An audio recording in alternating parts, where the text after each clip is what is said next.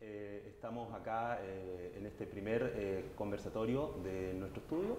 Mi nombre es Esteban García Nadal, abogado y socio fundador de García Nadal y compañía.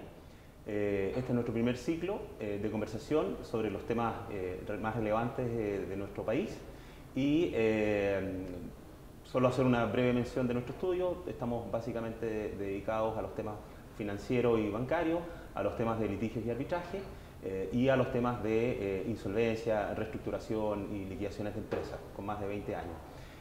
Evidentemente que todo lo que está pasando actualmente, tanto a nivel nacional como internacional, es algo desafiante y que nos preocupa.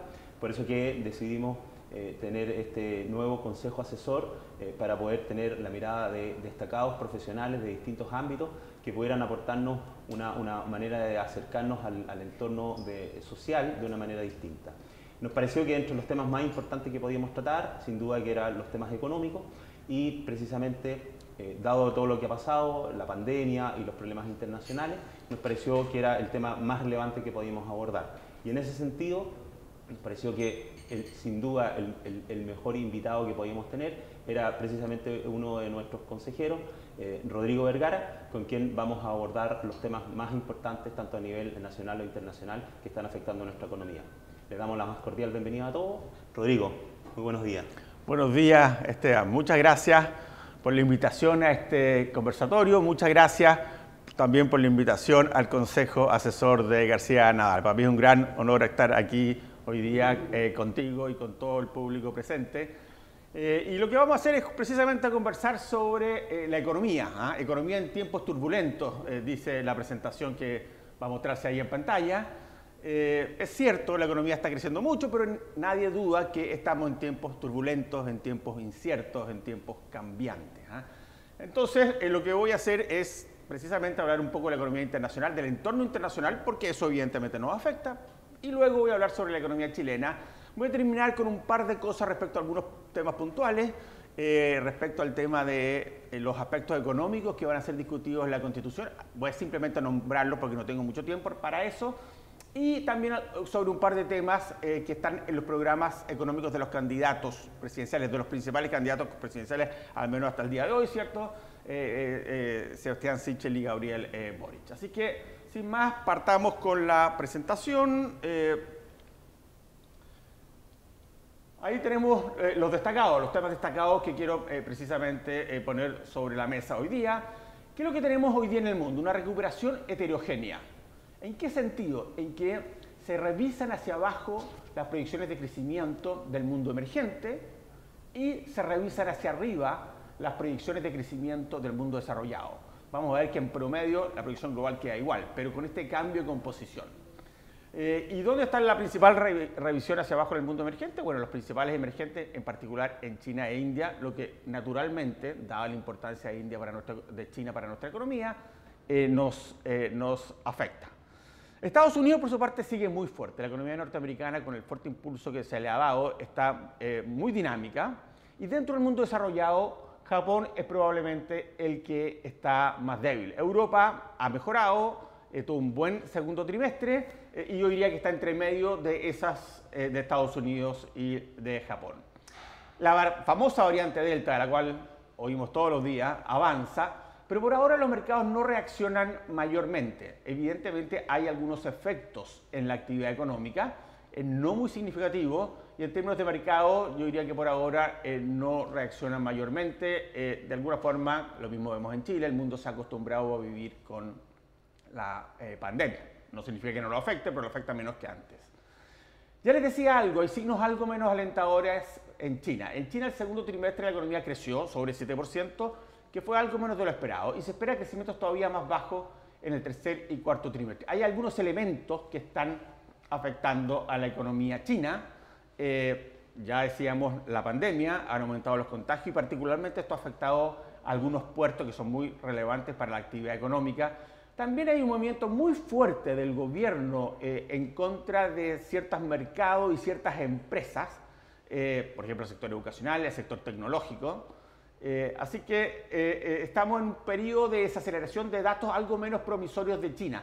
Hay que tener en cuenta lo siguiente, cuando hablamos de datos menos promisorios de China no significa que los datos no sean altos. Sí, China, la verdad es que hace muchos años, décadas, tiene cifras muy altas, pero algo menores a la esperada. Por ejemplo, en ventas y en industria, que se esperaban cifras de en torno al 8% en los últimos meses, han estado más cerca del 6%.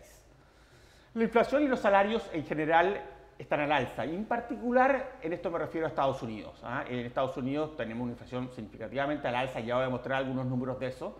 Y salario al alza, porque tenemos un mercado laboral que si bien no recupera el nivel de empleo y de fuerza de trabajo en los niveles prepandemia, está con un número de vacantes muy alto. Algo muy parecido a todo esto está pasando en Chile. Es decir, sale la gente de la fuerza de trabajo pero no vuelve a entrar. Por otro lado, aumenta la demanda de trabajo, se produce una presión en el mercado laboral y los salarios están en alza. Pareciera una contradicción, ¿cierto? Pero efectivamente eso está pasando en Estados Unidos y de forma muy significativa. ¿Qué es lo que tenemos en Chile? Alto crecimiento, muy alto crecimiento. Vimos ayer las cifras del segundo trimestre, 18%, récord absolutamente histórico. Por supuesto, explicado por una muy baja base de comparación. El segundo trimestre del año pasado, recuérdense que fue el trimestre más bajo de todo el último tiempo, el peor trimestre de la pandemia cuando nos pegó más fuerte.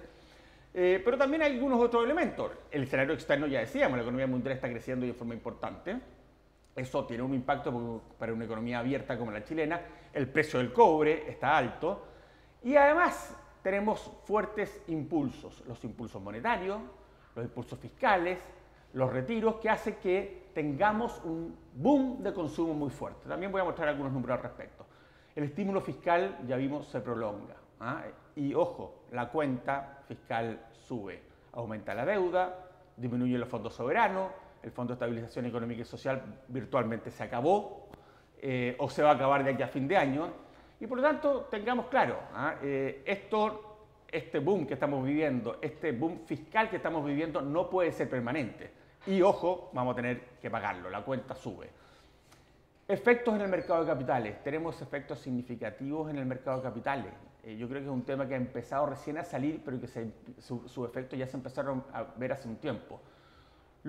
El principal responsable de estos efectos son los retiros de los fondos de pensiones. Los retiros de los fondos de pensiones tienen muchos problemas. En mi opinión, una mala política pública, lo he dicho en innumerables oportunidades.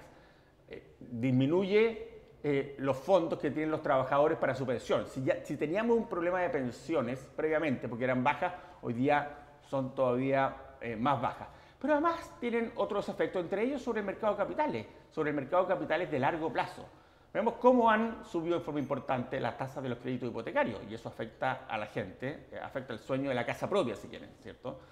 Vemos cómo el gobierno se financia cada vez a tasas más altas en el mercado local y vemos cómo para las empresas se les hace más difícil colocar bonos en el mercado local. Así que tenemos un mercado de capitales resentido. Ojo, ayer también lo decía el presidente del Banco Central en su posición en el Congreso.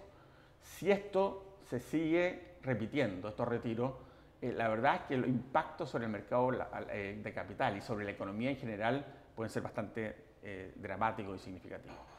En el mercado laboral, también vamos a ver algunos números, tenemos un fenómeno similar al de Estados Unidos. El desempleo está cayendo, pero está todavía a niveles significativamente por arriba de los prepandemia. La ocupación se ha recuperado, pero tampoco se ha recuperado a esos niveles, lo mismo que la fuerza de trabajo. No obstante, diversos sectores reportan escasez de mano de obra, es decir, la gente no está saliendo al mercado laboral, por muchas razones, ¿cierto? Todavía está la pandemia, todavía hay riesgo de pandemia, todavía riesgo de contagio, todavía el tema de la educación de los niños y jóvenes no se normaliza, al menos no se normaliza completamente, estamos de hecho lejos de eso. Y eso hace que para un grupo de personas, y eso es particularmente cierto en el caso de las mujeres, no sea fácil la vuelta al mercado laboral. Pero también tenemos los apoyos fiscales que producen un desincentivo adicional. La inflación está al alza, hay presión en este boom de consumo, naturalmente se produce una presión sobre los precios. Afortunadamente, las expectativas de inflación, que como ustedes saben son lo más importante desde el punto de vista de la política monetaria. La inflación en un momento puede estar alta o baja, lo importante es lo que yo espero hacia adelante. Y de hecho, por eso el Banco Central ahora siempre sobre sus expectativas a 2 años plazo se mantienen ancladas en el 3%. En Estados Unidos no es así, las expectativas de inflación en Estados Unidos han subido y han subido de forma importante. Lo notable es que en Chile se mantienen ancladas, sin embargo, hay una presión inflacionaria que en mi opinión puede prolongarse más allá de lo que esperamos porque el boom de consumo es muy significativo. Y en este escenario uno se pregunta, bueno, ¿y cuándo viene el frenazo? A ver, es difícil pensar que el escenario internacional pueda seguir tan elevado por mucho tiempo. En algún momento va a tener que normalizarse. Lo mismo que el precio del cobre, ¿cierto? De hecho, en los últimos días ha estado más bien a la baja. Los apoyos fiscales, y en particular las transferencias fiscales, no pueden prorrogarse para siempre, ¿cierto? En algún momento van a tener que frenarse, va a tener que haber un ajuste fiscal. De hecho, ya todos estamos hablando de ese ajuste fiscal. Acuérdense que el próximo mes se presenta el presupuesto. Y cuando eso se retire, entonces vamos a tener un frenazo de la economía que va a ser bastante significativo. Es natural, no podemos pensar que la economía puede crecer a las tasas que está creciendo hoy día. Acuérdense que el último IMASEC es de un 20,6%. Mi opinión es que vamos a tener un trancazo bastante significativo cuando estos estímulos se retiren. La verdad es que, por otra parte, no tenemos otra opción más que empezar a retirar dichos estímulos. Ahí tenemos las cifras de crecimiento mundial. Estas son las proyecciones del Fondo Monetario para básicamente 2021 y 2022. Y vemos que el mundo se espera que este año crezca 6%. 6% a todo esto es un crecimiento muy alto. El promedio de los últimos 40 años prácticamente es 3,5%. Ahora, lo que está en paréntesis es lo que se esperaba en la previsión previa. Y si vemos, se esperaba 6 y hoy día también la predicción es 6. Esta expectativa era de hace unos 6 meses atrás. Este 6 es actual. Pero ¿qué es lo que vemos? Que las economías avanzadas, que se esperaba que creciera 5,1, van a crecer 5,6. Y en particular por una fuerte corrección al alza en la predicción de crecimiento de Estados Unidos, a 7%, de 6,4 a 7. La eurozona también se revisa algo a la alza, pero muy poco, y Japón de hecho se revisa a la baja. Y las economías emergentes se revisan a la baja de 6,7 a 6,3%, a 6,3%, con una revisión importante en China de 8,4, 8,1, sigue siendo una tasa muy alta, pero una revisión hacia la baja, y más fuerte fue la revisión de India, que se revisó 3 puntos porcentuales de 2,5 a 9,5 hacia la baja. Una buena noticia en el mundo emergente dentro de este menor crecimiento proyectado. América Latina se revisa al alza, de 4,6 a 5,8. Básicamente liderada por las mayores dos economías de la región, Brasil y México, que tienen una revisión de alrededor de 1,5% cada una hacia el alza. Para el próximo año, el crecimiento esperado también es relativamente alto, 4,9, y se revisó hacia el alza.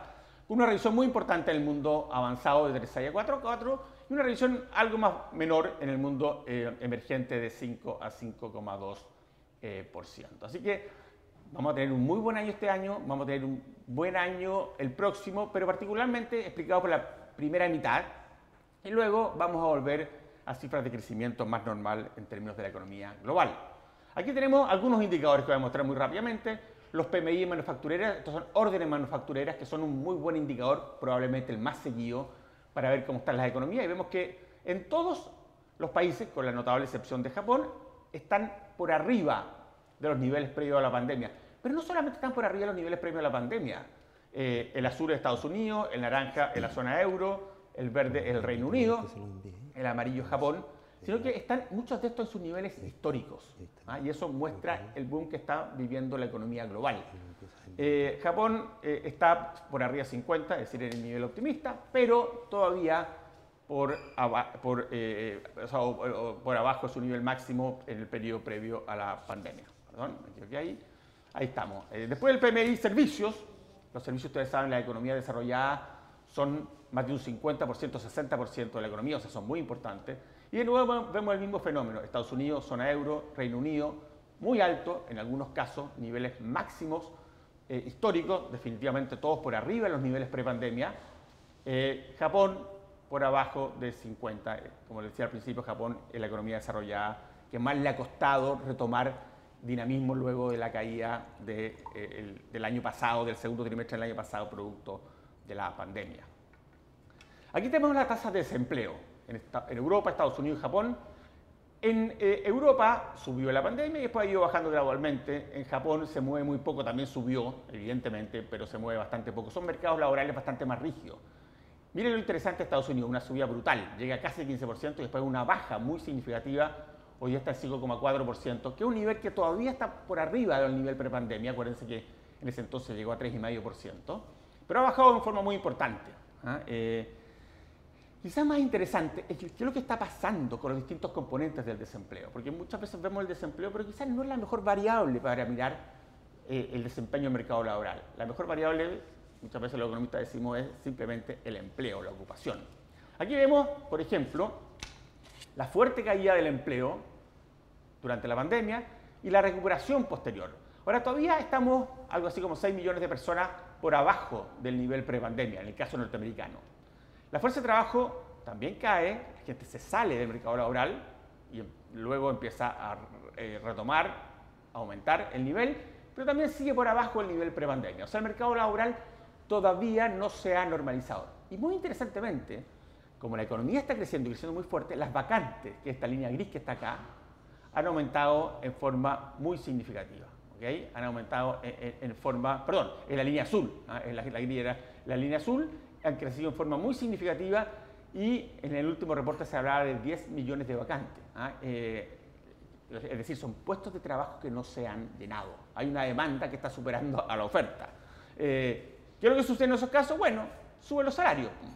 Y aquí lo que tenemos es que vemos que en el último tiempo los salarios han subido y han subido en forma importante. Vemos que están creciendo 4%, que es un nivel superior a lo que crecían previo a la pandemia. Ahora, aquí tenemos un periodo muy raro, con mucha volatilidad, subidas muy fuertes, bajas muy fuertes. Hay que tener cuidado con esto, yo diría que hay que omitirlo un poco. Esta subida, por ejemplo, de acá, justo en lo peor de la pandemia, no se ve que los salarios en realidad estaban subiendo, se ve que salió mucha gente de la fuerza de trabajo y salió gente de calificación más baja. Y por lo tanto, esos salarios dejaron de contabilizarse en el indicador y, bueno, entonces por un tema estadístico, los salarios medios subieron. Pero ¿qué es lo que vemos entonces hoy día? Presiones en el mercado laboral. Y la inflación también al alza, 5,4, la inflación subyacente 4,3. A mí me sorprende mucho cuando se dice, oye, la inflación de julio se bajó y estamos todos muy contentos, cuando fue 0,5. 0,5 es una inflación muy alta para Estados Unidos, para la verdad que casi cualquier país, en un solo mes. Claro, lo que pasa es que fue menor al 0,9 del mes anterior, pero las presiones inflacionarias están presentes, excepto agosto, los meses que vienen, el año pasado las inflaciones fueron muy bajas, o sea, las bases de comparación ya no van a estar tan altas, y por lo tanto, ojo que estas tasas de desempleo pueden mantenerse en el tiempo. La Reserva Federal tiene la visión, lo ha dicho claramente, que esto es algo transitorio, o sea que la inflación debiera volver rápidamente, o por lo menos en un periodo no muy largo, a la meta que es 2%. No obstante, las señales del último tiempo muestran que esto podría ser algo más permanente. Y es por eso que la misma Reserva Federal ha empezado a cambiar gradualmente su posición. Por una parte, se han empezado a adelantar el momento en el cual se espera que empiece a subir la tasa de interés, pero más importante aún, de hecho ayer salió en las minutas que vimos, empieza a adelantar el momento en el cual se van a empezar a retirar los estímulos cuantitativos. Recordemos que Estados Unidos, la Reserva Federal hoy día compra 120.000 millones de dólares al mes en bonos.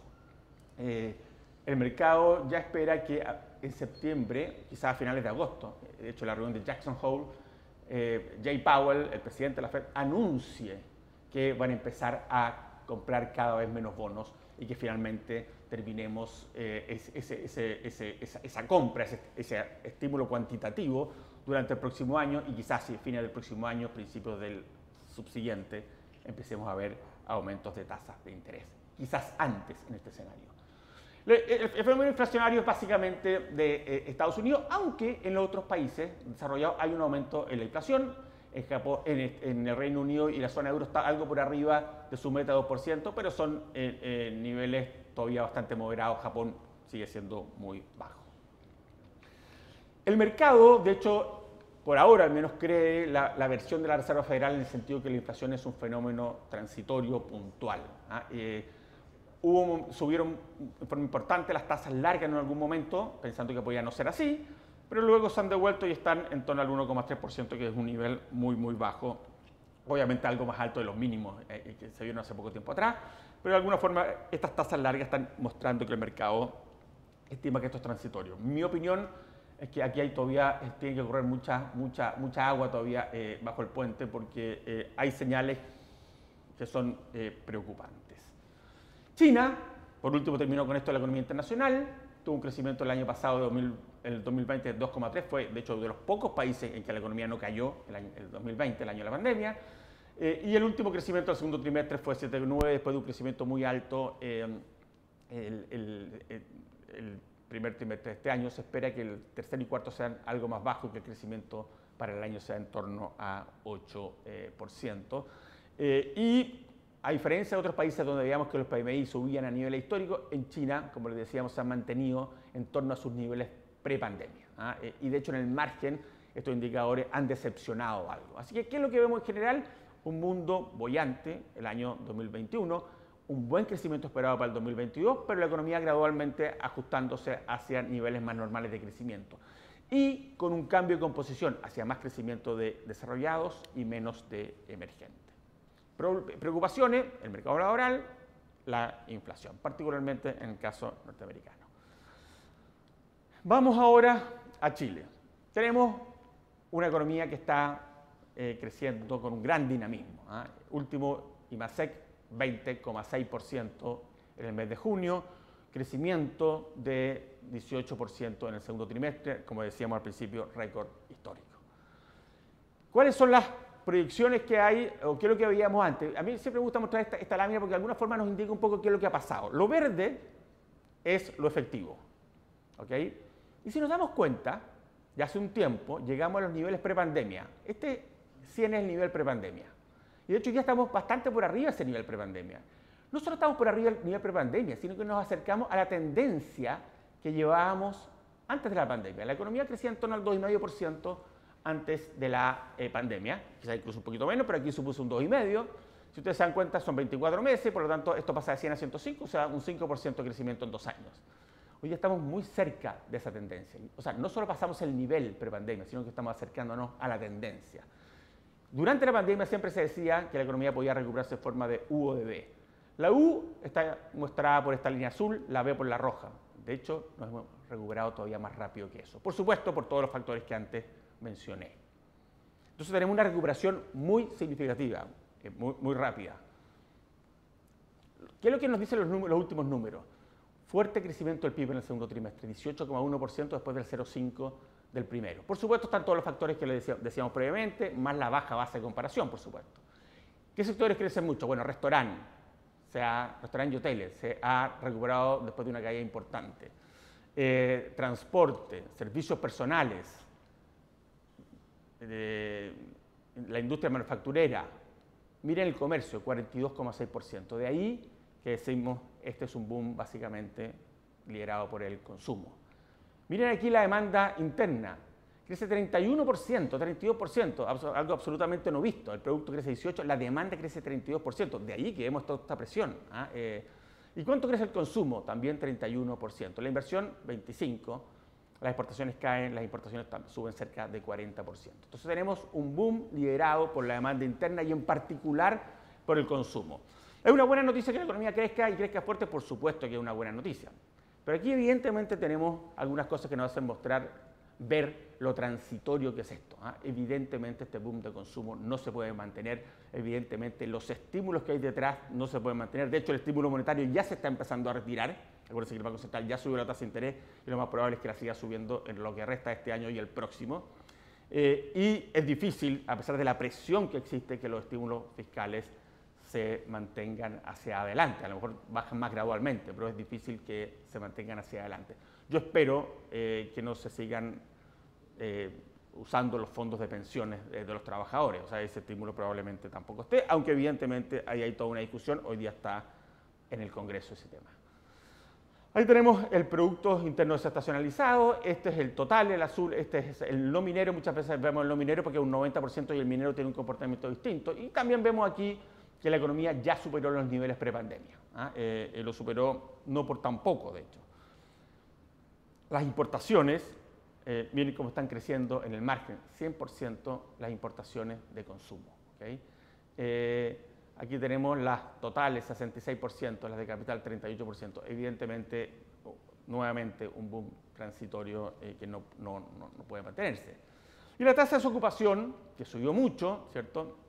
Llegó a cerca de 13%, ha bajado, está en 9,5%, por supuesto una buena noticia. No obstante, es más alta que los niveles que tuvimos en la prepandemia y que habíamos tenido durante bastante tiempo, que eran, digamos, entre 6 y 8%. Ahora, vemos en Chile algo muy parecido a lo que se ve en Estados Unidos. Baja, esto de aquí es la fuerza de trabajo, baja la fuerza de trabajo fuerte, se recupera, pero todavía estamos cerca de 1.950.000 personas por abajo de lo que estábamos en el nivel prepandemia. Y de hecho en el margen se estanca. ¿Qué es lo que vemos con el empleo? La línea naranja. Baja fuerte, se pierde mucho empleo, se empiezan a recuperar, se recuperan alrededor de 1 millón de empleos, pero todavía nos quedan otro millón o 900.000 adicionales por recuperar para llegar a niveles prepandemia. Pero notablemente también se observa en la línea gris un aumento fuerte de las vacantes. O sea, las empresas están buscando trabajadores y no los encuentran. Hay una presión en el mercado laboral que de alguna forma uno diría, bueno, es inconsistente con esto este aumento de la tasa de desempleo, pero ojo, lo que está pasando en el fondo es que la gente no está tomando, digamos, los empleos que se ofrecen por las razones que ya mencionamos anteriormente. Esta discusión, déjeme decirle, que tenemos aquí en Chile respecto a los impactos de distintas variables, en particular el impacto de los apoyos fiscales, es exactamente la misma que hoy día se da, por ejemplo, en Estados Unidos. Y también tenemos un aumento de los salarios, una aceleración de los salarios en el último tiempo que se condice perfectamente con esto que hemos estado mencionando respecto a un mercado laboral más estrecho, a pesar de la caída que tenemos en la ocupación. La inflación subiendo, por arriba de la meta del Banco Central, está en 4,5%, recuérdense que la meta es 3, con un rango de más o menos 1, o sea, entre 2 y 4, está en 4,5, la subyacente está entre 6. Es natural en un escenario de esta naturaleza que haya presiones inflacionarias. De hecho, yo creo que es probable que se mantengan por un tiempo estas presiones inflacionarias. Y las tasas de interés, a diferencia de lo que veíamos en Estados Unidos, suben y no tienen esta vuelta que tuvo en el caso norteamericano y han subido en forma significativa. Aquí hay varios elementos. Uno, el que decíamos de un aumento fuerte de la demanda interna, ¿cierto? Y la expectativa de que el Banco Central siga subiendo su tasa de interés, pero también aquí están operando en forma importante los retiros de los fondos de pensiones. Las compañías de seguros, los fondos de pensiones, todos sabemos, son los grandes demandantes de instrumentos de largo plazo.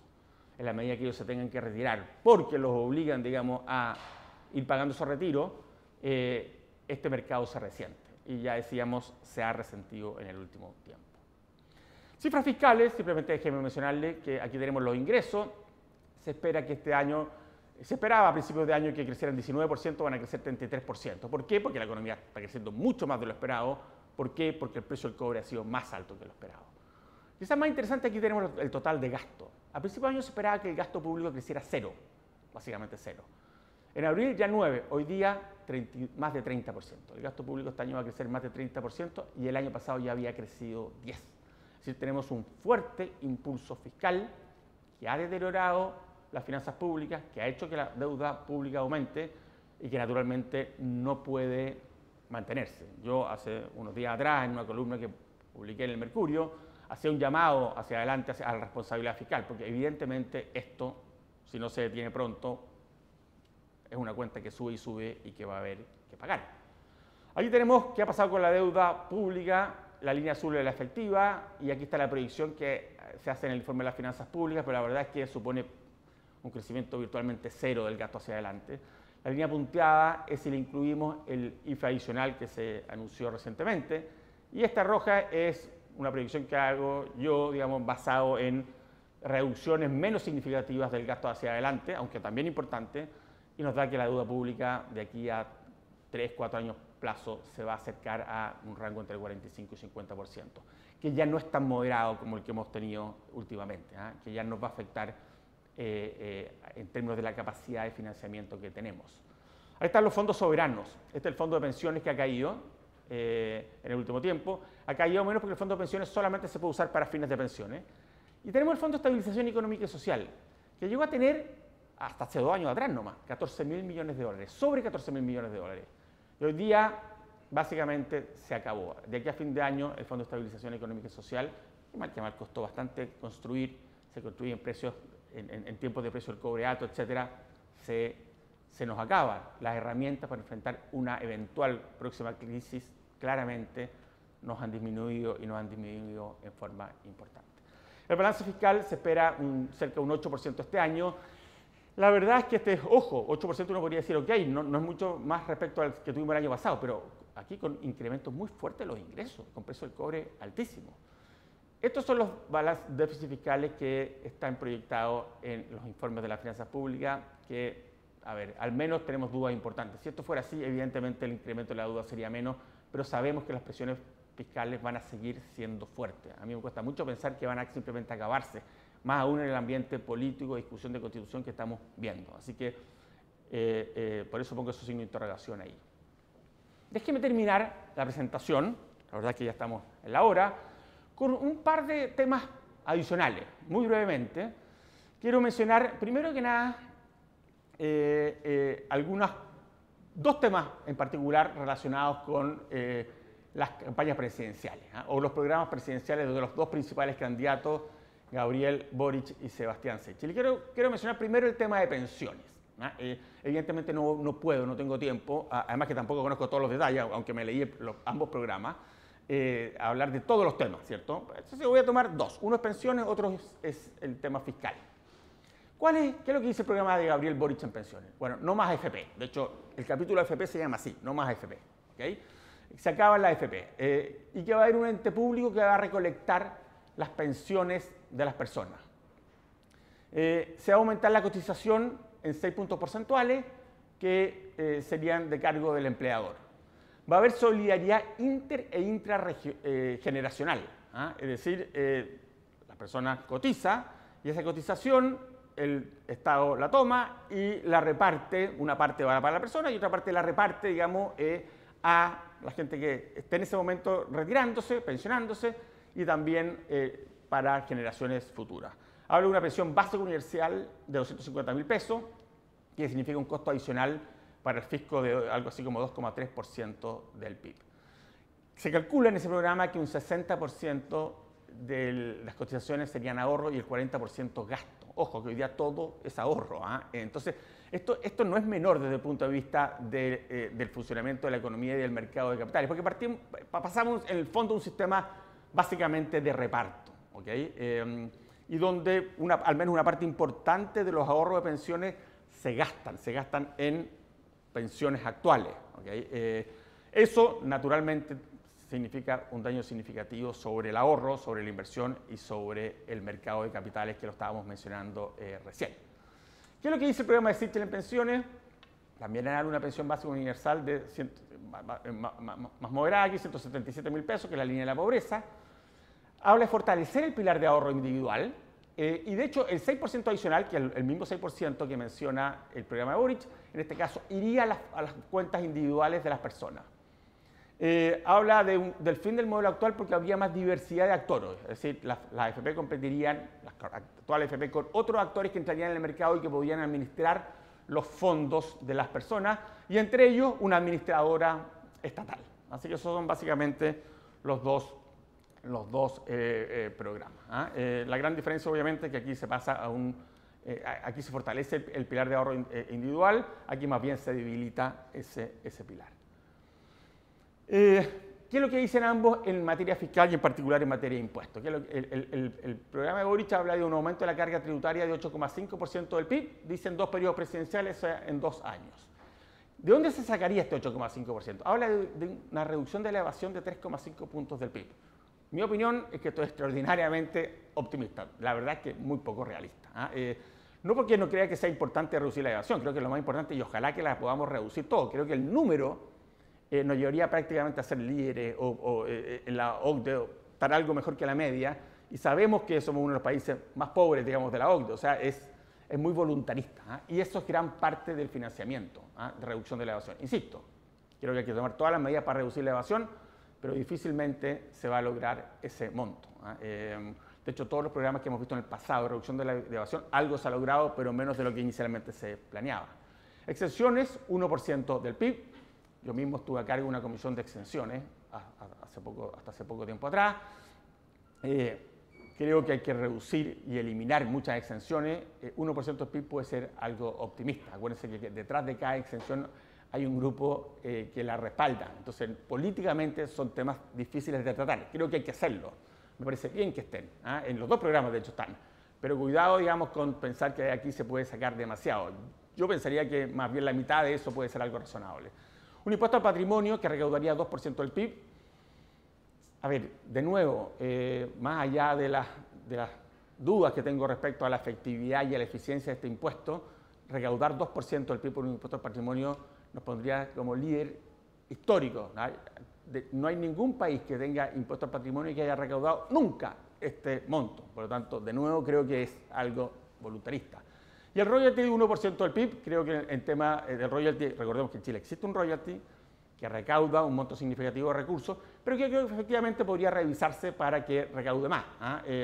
Si uno mira en términos gruesos, países mineros, la carga tributaria de la minería está entre 40 y 50% de las utilidades. A todo el proyecto que hay hoy día el royalty en el Congreso es un desastre completo. Llevaría la carga tributaria al 80%. ¿Qué inversión nueva tendríamos con impuestos de 80% de las utilidades? La verdad es que sería virtualmente el fin, digamos, de la inversión en ese sector. Pero sí se puede mejorar el royalty y hacer la pendiente de la tasa del impuesto específico a la minería algo más alta y recaudar algo más. 1% puede ser un poquito alta. Después habla de impuesto a la renta de las personas, no habla de las empresas en que el impuesto ya es alto en Chile, que podría recaudar un punto del PIB, y también se habla de otros impuestos combustibles verdes sin dar mayores detalles. ¿Qué es lo que dice el programa Sebastián Sichel? Un aumento de la carga tributaria de 3% del PIB, o sea, bastante menos que la que tiene Boric, contra, dice muy específicamente, contra un aumento de la eficiencia del gasto. Dice que explícitamente que no va a haber aumento de impuestos a las empresas. Tiene un programa de devolución del IVA de 133.000 pesos cada 3 meses por persona. También habla de exenciones, también habla de más progresividad en el impuesto a la renta, también habla de impuestos verdes y también habla de evasión, aunque no da cifras específicas, al menos lo que yo leí, respecto a estos puntos específicos. Así que la verdad es que ya estoy en la hora, así que quería hablar un poquito de los aspectos económicos de la Constitución. Quizás eso lo podemos dejar para las preguntas. Simplemente mencionar que algunos de los temas importantes que se van a discutir son la iniciativa exclusiva de gasto, proceso presupuestario, descentralización, Banco Central, derecho a propiedad, agua y minería, derechos económicos y sociales, Estado subsidiario y Estado empresario. Muchas gracias. Bueno, Rodrigo, muchas gracias por tu excelente presentación. La idea ahora es tener unos minutos, cumpliendo nuestro programa, tenemos unos 20 minutos de conversación y preguntas. Tenemos varias preguntas, así que agradecemos a los que están conectados. La primera pregunta, como expresidente del Banco Central, ¿qué importancia crees que tiene mantener la autonomía del Instituto Emisor en la nueva Constitución?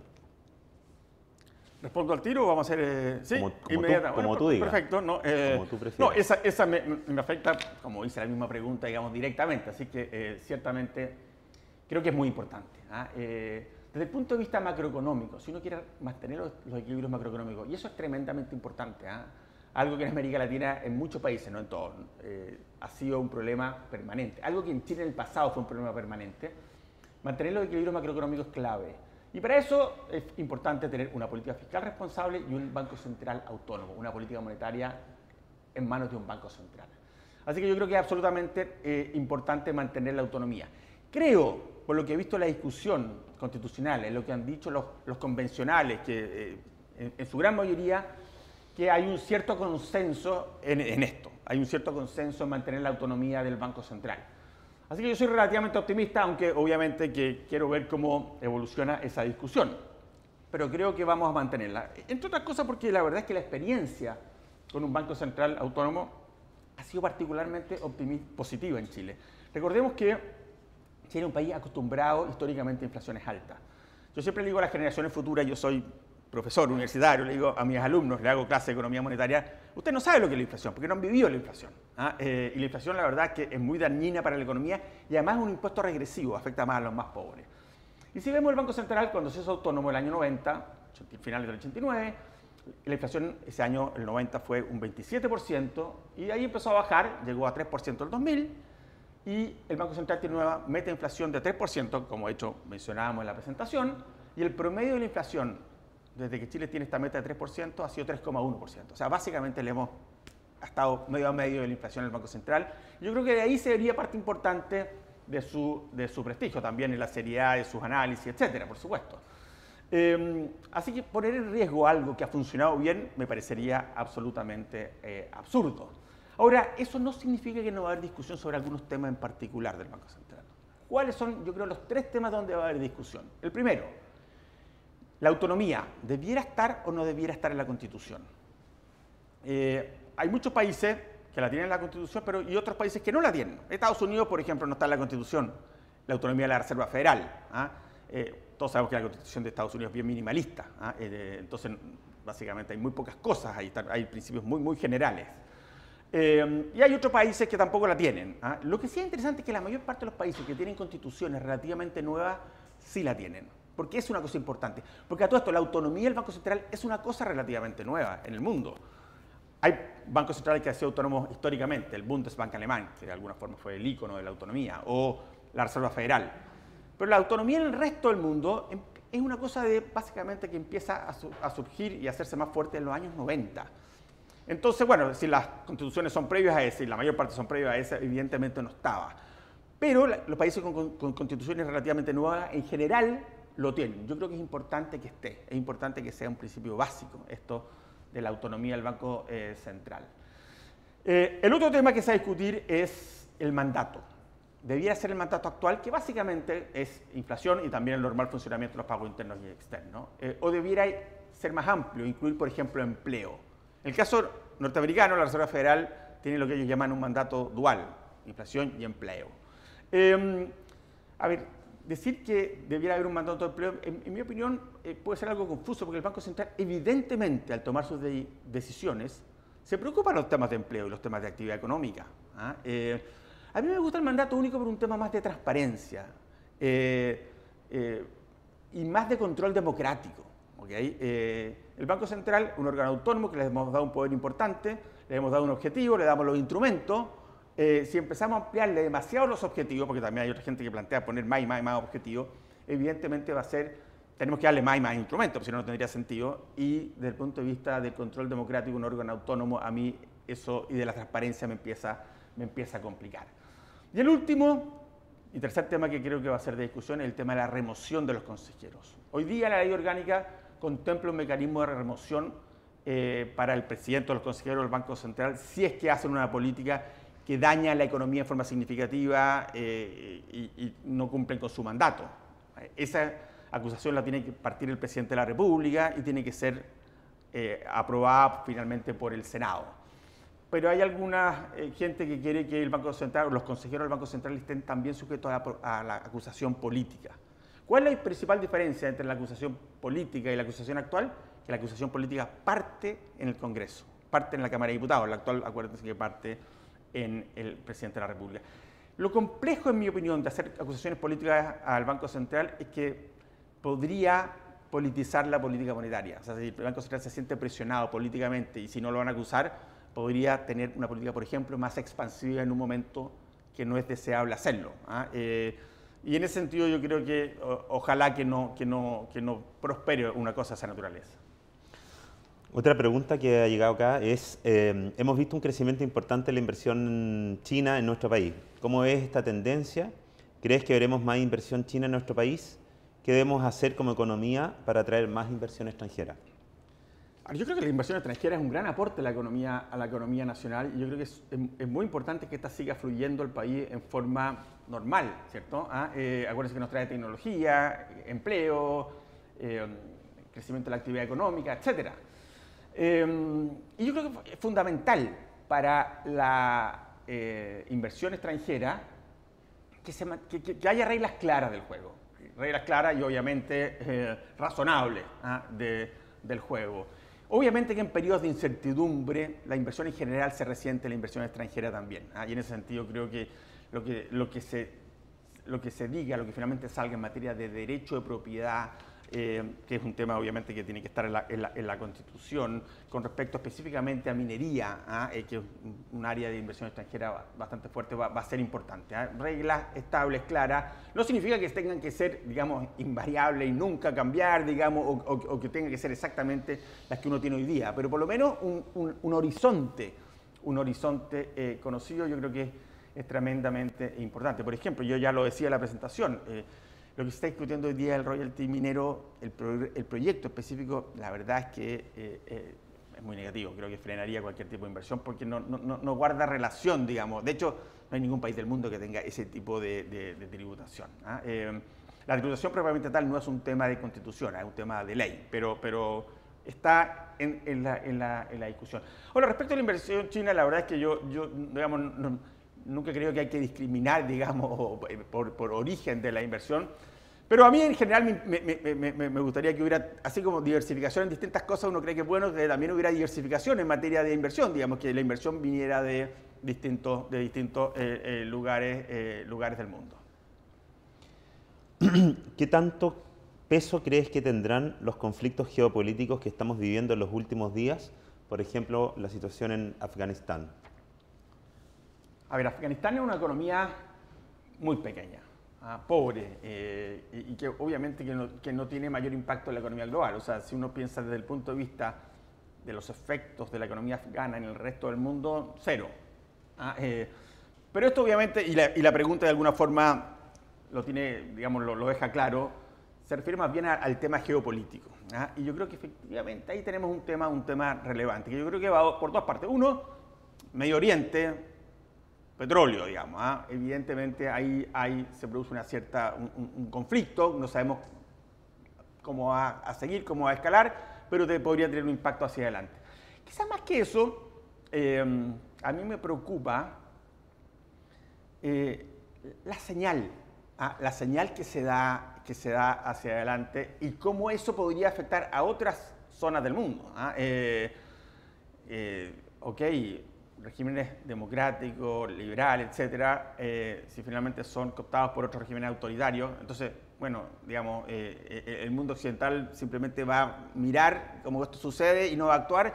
¿Qué efectos tiene eso, digamos, en la economía global?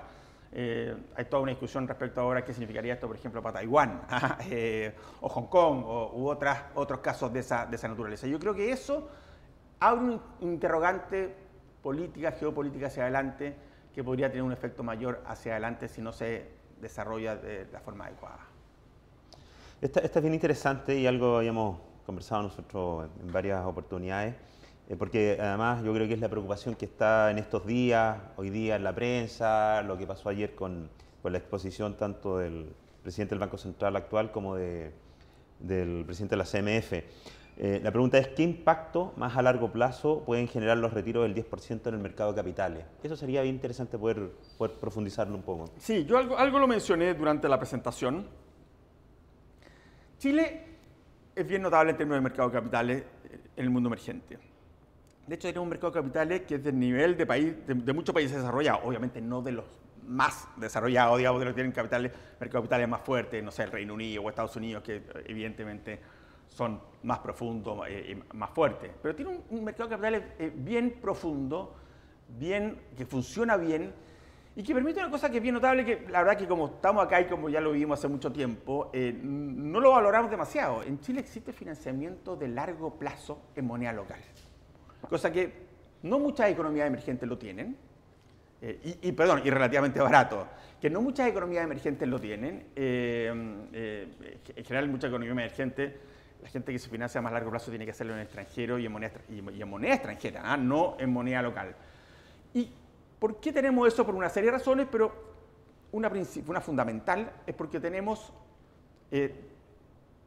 oferentes de fondos, si quiere, de largo plazo. ¿Y quiénes son estos? Los inversionistas institucionales, los fondos de pensiones, las compañías de seguro y otros actores del mercado de capitales de largo plazo, fondos de inversión, fondos mutuos, etc. Y eso hace, por ejemplo, que una persona común y corriente, hoy día clase media, puede ir a un banco y pedir un crédito hipotecario a 20, 30 años, moneda local, a una tasa fija, y obtenga el financiamiento. ¿Okay? Eso hace que empresas medianas medianas grandes, puedan ir al mercado de capitales, emitir bonos, por ejemplo, y conseguir financiamiento. Insisto, eso no es muy común en el mundo emergente, no es muy común en América Latina, en moneda local, largo plazo. Y yo creo que uno de los daños que se está produciendo con estos retiros, hay un daño fundamental, aquí el daño a las pensiones de las personas, para mí eso es lo principal, ya lo dije, si teníamos bajas pensiones, imagínense ahora, pero también se produce un daño en el mercado de capitales. ¿Por qué? Porque los fondos de pensiones, las compañías de seguro de vida, se retiran de ese mercado. Si no saben si mañana sale el cuarto retiro, van a tener que salir a vender estos papeles, bueno, los venden desde ya. O no toman nuevos papeles porque es un riesgo muy grande, ¿cierto? El precio de esos papeles puede bajar mucho y entonces los pensionados finalmente van a tener pérdidas importantes. Entonces se han salido de ese mercado. Se han salido de ese mercado y ¿qué es lo que ha sucedido? Ha sucedido que las tasas de interés de largo plazo han subido. Lo mostraba en un gráfico ahí en la presentación, cómo han subido las tasas de interés de largo plazo. El gobierno, ya lo decía, se está hoy día endeudando un peso a tasa bastante más alta. Las empresas les cuesta conseguir financiamiento a largo plazo. Y aquí estamos hablando de la empresa mediana, que son las empresas grandes se financian afuera, no tienen problemas de financiamiento. Entonces a ese segmento afecta. Y los créditos hipotecarios han subido, lo que afecta, de nuevo, el sueño de la casa propia. Entonces yo creo que hay un tema importante que no se le ha dado suficiente atención y que creo que es un daño que si esto no se para luego ya, va a ser un daño permanente. El presidente del Banco Central allí lo decía, un cuarto retiro, la verdad es que es simplemente, uno perfectamente lo puede ver como el inicio de una serie de retiros adicionales. De hecho, la verdad es que cuando se produjo el primer retiro, a mí me conviaron a la Comisión de Hacienda del Senado a presentar sobre los retiros y el efecto. Y una de las cosas, hablé de todas estas cosas, pero una de las cosas que la misión le dije, bueno, el problema de esto es que estamos abriendo una puerta que va a ser después difícil cerrar. En ese entonces no, decían, va a ser un solo retiro nada más, aquí paró esta cuestión nunca más, qué sé yo. Bueno, ya tenemos dos más, ¿okay? Y se está discutiendo el cuarto. ¿Cuándo para esto? Bueno, si seguimos así, no para más y el daño al mercado de capitales es profundo. Es un riesgo, el presidente del Banco Central ya lo decía, probablemente el riesgo más importante que estamos viendo en esta materia hoy en día, por lejos. Bueno, relacionado con esto mismo, con esta anterior pregunta, ¿el cuarto retiro y los bonos IFE producirán un calentamiento en la economía? Esto han estado diciendo harto los economistas estos días, en los seminarios. Sí, yo mismo lo he dicho.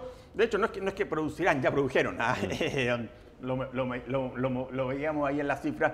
Evidentemente la economía está creciendo, está por arriba del nivel prepandemia, está llegando a la tendencia previa a eso. El gasto está absolutamente desatado, digamos, está creciendo a tasas, bueno, 30%, lo vimos ahí, el consumo. Así que yo creo que eso ya es un hecho. Ya es un hecho que la economía está tomando niveles más allá de su capacidad, el gasto definitivamente, ¿cómo se llama? La prueba de eso son las presiones que empezamos a ver, por ejemplo, en la inflación, que tiene también hay también otros factores, ¿cierto? El quiebre de las cadenas productivas, y todo ese tipo de cosas, pero obviamente que hay una demanda muy fuerte. Lo mismo en el mercado laboral. Perdona, en el mismo sentido, porque esto del recalentamiento, como tú dices, que es algo que ya como que todos lo consideran que es un hecho. El retiro de los incentivos, cuando ya no haya, que yo sé que tú también tienes una opinión, ¿cómo crees que va en definitiva a reaccionar la economía? Porque esto se va a terminar, los bonos, los subsidios, los IFE, los ILE, todo. ¿Qué va a pasar? ¿Tú crees que va a ser suave, que va a ser fuerte? ¿Cómo va a reaccionar la economía? ¿Va a haber un frenazo, como dicen? Mire, yo creo que, creo lo siguiente, los estímulos se van a acabar, ¿cierto? Además que este escenario tan extraordinario externo se va a normalizar. Al menos no vamos a seguir creciendo las tasas anteriores, qué sé yo. Del cobre siempre digo que es muy difícil predecir el precio de los commodities, pero se ha estabilizado, no sé. Así que es difícil que sigan subiendo eso. Entonces el impulso externo no va a estar. ¿Qué pasa con los estímulos? Tarde o temprano se tienen que acabar. De hecho, el estímulo monetario ya está pasando a reducirse al menos. Sigue siendo una tasa de interés muy baja, sigue habiendo un estímulo monetario importante, pero se está empezando a reducir, ¿cierto? Los retiros, yo creo que, digamos, no podemos seguir en esta cosa de retirar para que hasta acabar completamente los fondos de pensiones y comprar un problema futuro gigantesco. Yo espero que eso sea así. La presión sobre la cosa fiscal va a seguir. Hay mucha gente que dice que se va a acabar ahora con las elecciones. Es posible que disminuya algo, ¿cierto? Porque el periodo electoral que tenemos elecciones en 3 meses, digamos, produce mucha presión para gastar. Pero bueno, entre eso y que se empiece a acabar el espacio también se va a acabar. Los economistas normalmente, cuando hacemos predicciones, decimos la economía o una cierta variable va a bajar suavemente, después va a subir suavemente. La realidad es mucho más compleja de eso y lo más probable es que en este caso veamos un aterrizaje fuerte. Un frenazo importante a la economía una vez que estos retiros se acaben. No sé cuándo va a ser eso. La forma creo que estoy jugando respecto a que creo que va a ser una cuestión relativamente fuerte. Además que todo es consumo, Rodrigo, ¿no? Además que todo es consumo, aquí no hay mucha inversión. Hay una parte importante que es consumo. La inversión también se está recuperando respecto a niveles bajos, pero el fuerte es un boom de consumo. Oye, nos queda poco tiempo y hay un par de preguntas más que quiero alcanzar a hacer. Aquí hay una consejera nuestra que hace una pregunta, Pilar Concha. ¿Cuál de las exenciones tú consideras que deberán eliminarse? A ver, hay un informe que hicimos un grupo de economistas que yo presidí hasta hace varios meses atrás, de hecho lo entregamos en enero de este año, donde se hace un análisis de las distintas exenciones. Además de eso hay un informe del Fondo Monetario Internacional, de la OCDE sobre las exenciones en Chile y ciertas recomendaciones al respecto. Las exenciones, tengámoslo claro, las exenciones son beneficios tributarios. O sea, ¿qué es lo que es una exención? Todos están sujetos a un cierto impuesto, pero hay una industria, un grupo de personas, actividad económica, etcétera, que no está sujeto a ese impuesto. ¿Se justifica la exención? En algunos casos sí. En algunos casos no, en algunos casos se justificaron cuando se introdujeron, en otros casos no se justifican, ya no se justifican más, digamos, otras que pueden justificarse todavía.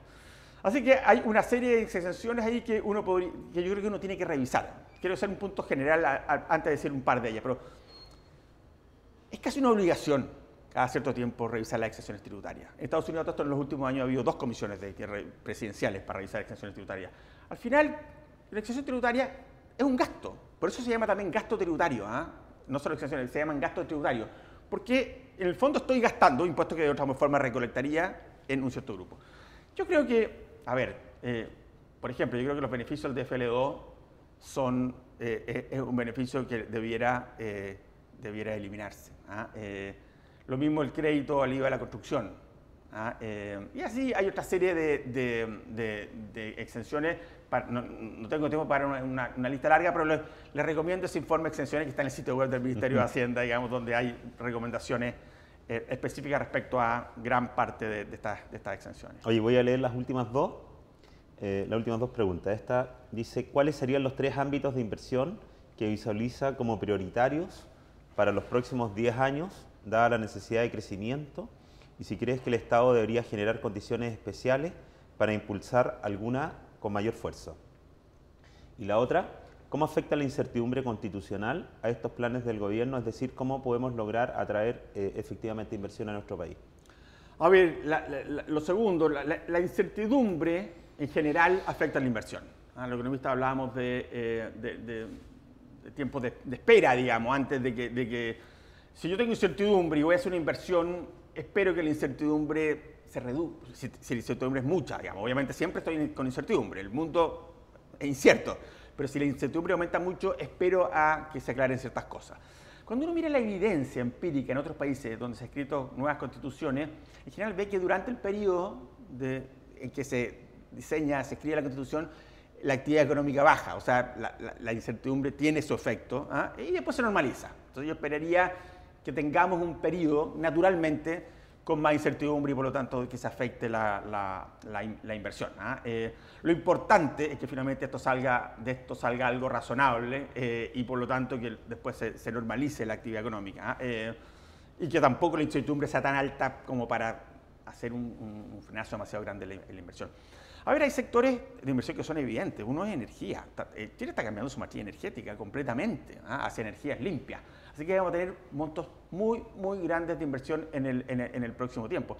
La minería, en la medida que se mantenga en condiciones razonables, con los actuales precios del cobre también, pero no solo la minería propiamente tal, sino que sectores de proveedores o sectores que, digamos, de clientes, que creo que Chile tiene un desafío importante en desarrollarlos para aumentar el valor agregado de ese sector en general.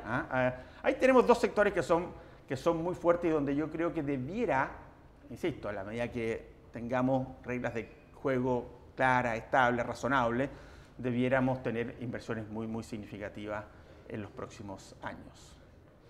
Bueno, estamos justo en el tiempo que teníamos programado, esto era 1 hora exacta, así que nada, queremos darte las gracias, Rodrigo, como siempre un agrado poder contar contigo, la verdad que el honor es para nosotros haber podido escucharte, agradecer toda tu disposición y sobre todo agradecerte ahora nuevamente tu aceptación a participar en nuestro consejo asesor. Dejar a todos muy cordialmente invitados a los próximos conversatorios que hagamos, donde estaremos abordando otras temáticas de interés nacional. Quedará el video, lo subiremos a nuestro LinkedIn, así que los invitamos a seguirnos en nuestra página y allí poder informarse de los próximos encuentros y conversatorios que haremos. Muchas gracias por su asistencia, muchas gracias nuevamente, Rodrigo, a ti. Muchas gracias, Esteban, muchas gracias a todos ustedes.